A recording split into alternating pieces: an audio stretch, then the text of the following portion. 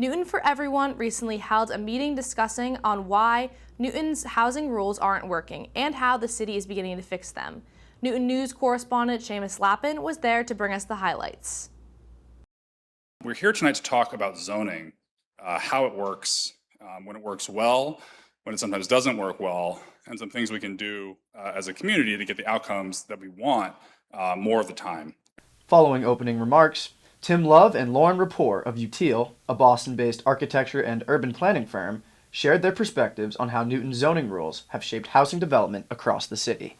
There are essentially three general ways to framing a zoning code. One is the floor area ratio model. Option 2, dwelling units per acre. The new kid on the block is form-based zoning. And the challenge with a form-based code is there's so many things to check. In the heat of the moment with the village center zoning, we came up with a brand new format that we made up conceptually from scratch, which we call form-based light. And it's a much simpler form-based code that's only based on the basics of three things. For different districts, there's a maximum building footprint measured in square footage, and then the number of stories. And then in some districts, we also agree that the building should have pitched roofs, but that pitched roof area should be occupiable.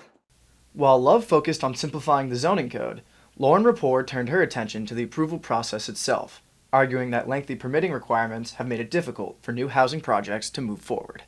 So looking back at how Newton zoning was going through the approval process prior to the VCOD, and Newton was, and I think still is in many aspects, a special permit community. And part of that has to do with the fact that there were not standards that were ingrained within the by right purview of the process. And so buildings were taking a long time, and I think developers learned to become very patient with the process, but it meant not as many projects were coming through the pipeline. After the presentation, those in attendance shared their takeaways.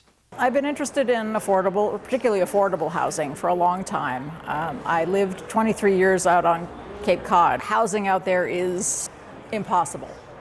It became very clear to me very quickly that one of the biggest problems was zoning. And I'm very interested in zoning reform. This is a 5-alarm fire, and we should be throwing everything at it. This has been Seamus Lappin reporting for Newton News in West Newton.